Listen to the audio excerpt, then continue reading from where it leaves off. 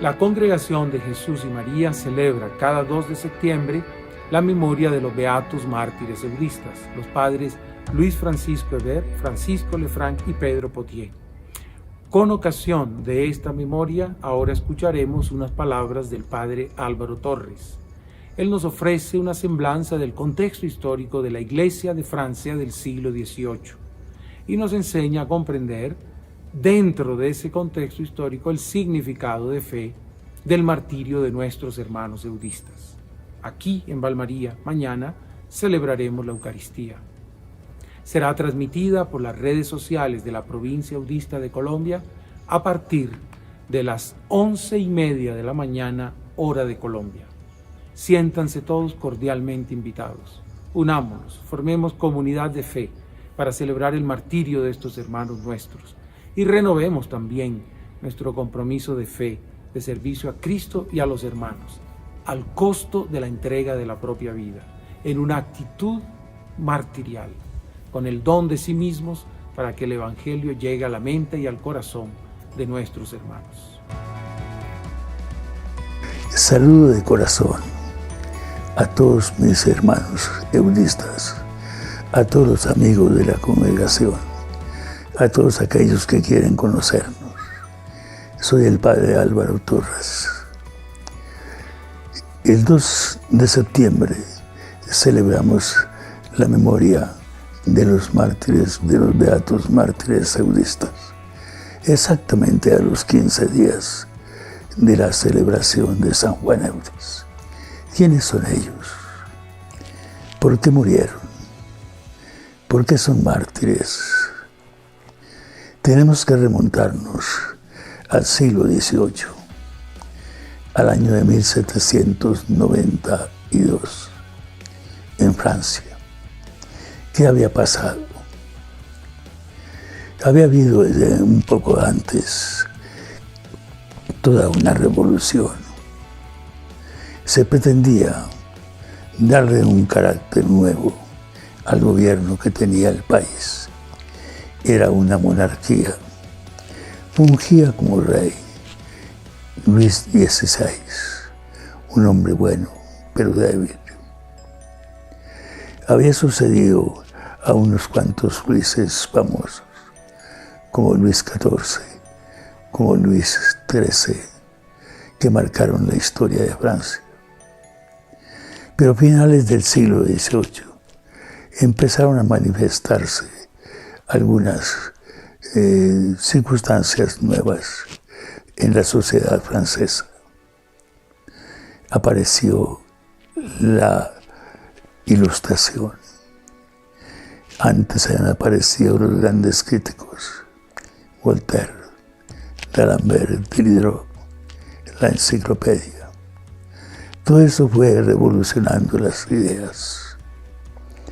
Llegó el momento en que todos quisieron darle una dimensión muy popular al gobierno francés. No se trató inicialmente de quitar al rey, sino de orientar su gobierno. Se estableció una Asamblea Nacional. Esa Asamblea Nacional empezó a funcionar. ¿Y por qué atacó a la Iglesia esa Asamblea?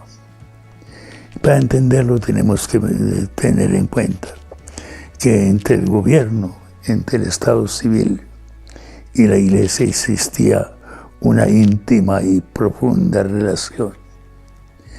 Era una iglesia de Estado. El Estado dominaba la Iglesia. Había lo que se llamaba el clericalismo. Igualmente se llamaba en ese momento todavía más el gallicanismo, como una forma propia de la Iglesia francesa. Los sacerdotes y los obispos eran considerados hasta cierto punto no solo con su carácter religioso, sino con su carácter civil. Diríamos que eran funcionarios también del gobierno, todos ellos, por esa íntima relación. Y así esa revolución atacó igualmente a la Iglesia, quiso que los sacerdotes, los obispos, adhirieran a la revolución, presentaran un juramento. La asamblea estableció lo que se llamó la Constitución Civil del Clero. Ahí está precisamente en el título todos los factores. Una constitución nueva, obligatoria. Debían presentarla, juramentarla. Una constitución civil, o sea, en su dimensión meramente civil, que llamaríamos por oposición a lo religioso, del clero. Eso agrupaba a los obispos y a todos los sacerdotes. La congregación tenía una casa en París, la casa de Tourette. Era una residencia. Ahí estaba el superior general. Una residencia que acogía a sacerdotes que no eran de la congregación. Podían llegar a ser 40 personas que podían albergar la casa. Estaban allí. Se presentó la necesidad de que todos ellos presentaran el juramento. Y entonces, ¿qué pasó? ¿Cuál fue la reacción? Hubo 4 reacciones. En primer lugar, los juramentados que llamaban, los que prestaban el juramento. Eran muy pocos. De todos los obispos, solamente 2 lo hicieron. Unos pocos sacerdotes lo hicieron. Los demás se negaron a hacerlo. Se negaron a hacerlo porque, en cierto sentido, iban contra su fe y contra su disciplina eclesiástica. Por esa razón. Y entonces entraron en contravención. La asamblea que dominaba el país, el rey hacía parte de esa asamblea, pero era un rey muy débil y aceptó todas las cosas que estaban pasando. El rey hacía parte de la asamblea misma. Entonces empezaron por atacar a todos, a los obispos, las órdenes religiosas, los movimientos de iglesia. Todos ellos fueron obligados a prestar el juramento a la Constitución Civil de Claro. El primer grupo fue los que prestaron esto, se llamaban los juramentados. El segundo grupo fueron los desterrados. Muchos huyeron de Francia, muchos sacerdotes y obispos, sobre todo a los países vecinos, a Inglaterra de una manera especial. Allí se formó un gran grupo que eligió entre sus superiores a algunos miembros de la congregación eudista que habían escapado. Otro grupo fue el de los intrépidos, desobedientes, pero seguían prestando un ministerio clandestino en medio de Francia. Algunos de ellos valientes luchadores. Otros de ellos, el historiador padre Luis Guillermo de Berthier de Sauvigny, eudista, famoso historiador francés, los llama los náufragos, los que naufragaron en ese movimiento. Entre ellos están 3 eudistas de ese momento. Uno, el padre Francisco Luis Hebert, era el coadjutor del superior general. En 1782, el padre Dumont, superior general, había caído enfermo y no podía prestar su servicio. Se le nombró un coadjutor que hacía las veces de superior general. Era el verdadero superior general, pero no había sido elegido por una asamblea. Simplemente era coadjutor y nada más. El padre Hebert era muy conocido y apreciado en Francia. Era el confesor de Luis XVI, el rey. Era un hombre famoso, vivía en la casa de Tourette. Allí fue apresado. Igualmente otro, el padre Francisco Lefranc, hombre estudioso, que de una manera muy especial había escrito y compartido la masonería. Hombre apreciado, residente igualmente en la casa de París. El padre Pedro Potier era el superior de uno de los seminarios que tenía la congregación en ese momento en Francia. En un momento dado, un momento de debilidad, prestó el juramento.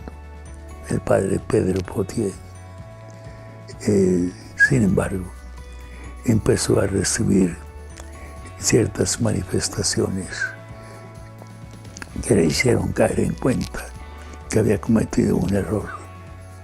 Sus seminaristas le negaron obediencia. Su misma madre se lo reprochó en público. Él se retractó y dejó y abandonó el juramento y volvió otra vez a la obediencia de la iglesia que resistía. Esos tres fueron encarcelados con otros muchos, como 190, en una casa de los carmelitas, de una de las casas conocidas en París, la calle Assas. Allí todavía existe ese edificio donde fueron ellos encarcelados.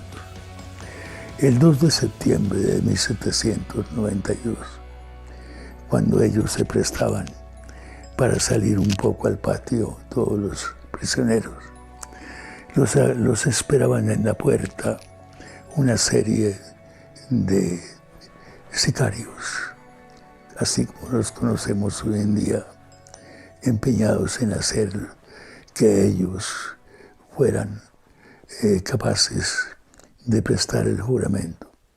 Si no lo hacían, los mataban. Allí murieron muchos. El primero de ellos, el padre Hébert, fue el primero de ellos.